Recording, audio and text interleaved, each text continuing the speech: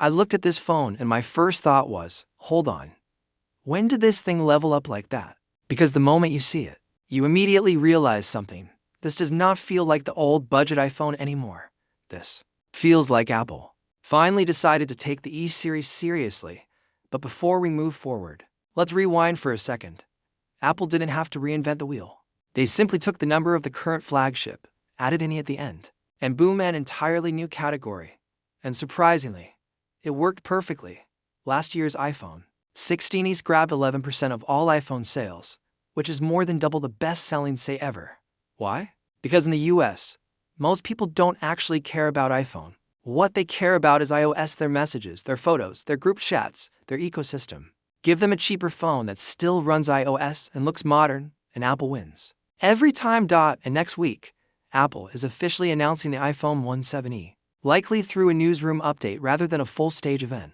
But here's the big headline feature: Dynamic Island. Yes, finally. After years of holding on to that giant notch, Apple is giving their budget model the same premium look as the higher-end lineup for casual users, students, and especially teenagers getting a hand-me-down upgrade. This is huge. It feels like their older siblings' fancy phone just without the $1,000 price tag. But of course, the price stays and the big brother still charges you zone $599 now. The camera on the back still a single lens. But don't worry, this thing is still powerful. We're talking 48 megapixels, same as the 16e, but better image processing thanks to the updated chip.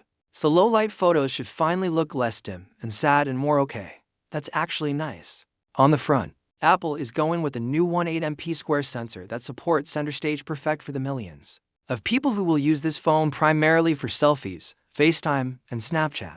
And yes, the other half of buyers will be people who absolutely never open Snapchat again. There is no middle ground. Color options are simple: black, white, and possibly a new hero color. Months ago, I heard Apple was testing a soft lavender, but that was early info, so don't bet your life on it. Inside, we're getting a slightly binned A19 chip, which is more than enough for the target audience. It also includes 8GB RAM, meaning Apple Intelligence features are technically supported even though most people buying this phone won't care about that. Storage? Ignore the rumors. This is a $599 phone. You're not getting to 156GB at that price. The display stays at 6.1 inches, a perfect size for most people. But brace yourself. There's no Pro Motion. It's still 60 Hz, which honestly isn't shocking for this tier. Now here's a big upgrade for budget users: MagSafe support, something the 16e didn't have. This alone makes accessories and wireless charging so much easier. Battery comes in around 4,000 mAh. And thanks to the more efficient A19 and the new C1X modem, battery life will be noticeably better. Apple will likely call it all day, which could mean anything from 2 hours to 24 hours depending on how you treat it. But realistically, it's going to be solid. And here's something important: there are no truly bad phones in 2024, 2025, or 2026. Every phone is good now. And the iPhone 17e will be another genuinely good option for budget and mainstream buyers.